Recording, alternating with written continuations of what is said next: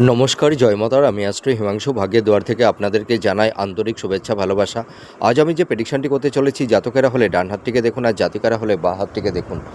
যদি কোনো জাতক জাতিকাদের হাতের আয়ুরেখাটি সুদীর্ঘ হয়, ঠিক আছে, আয়ুরেখাটি যদি ছোট ছোট কোনো রেখা দ্বারা যদি না কাটা থাকে বা ওই এখানে রাহু রেখা দ্বারা যদি আয়ুরেখাটি যদি কাটা না থাকে তাহলে শুভ।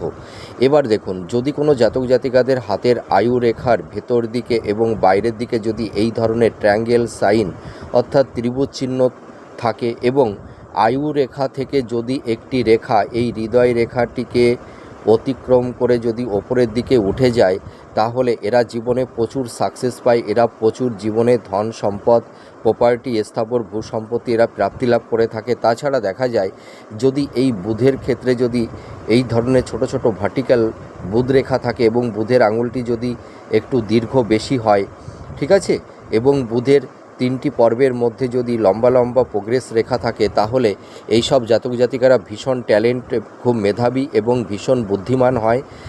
এরা এদের ট্যালেন্ট, মেধার মাধ্যমে, এদের কর্ম প্রচেষ্টার মাধ্যমে এরা জীবনে প্রচুর সাকসেস, সাফল্যতা এরা পেয়ে থাকে। এরা জীবনে নাম, প্রতিষ্ঠা, অর্থ, ধন সম্পদ, প্রপার্টি এরা প্রাপ্তি লাভ করে থাকে।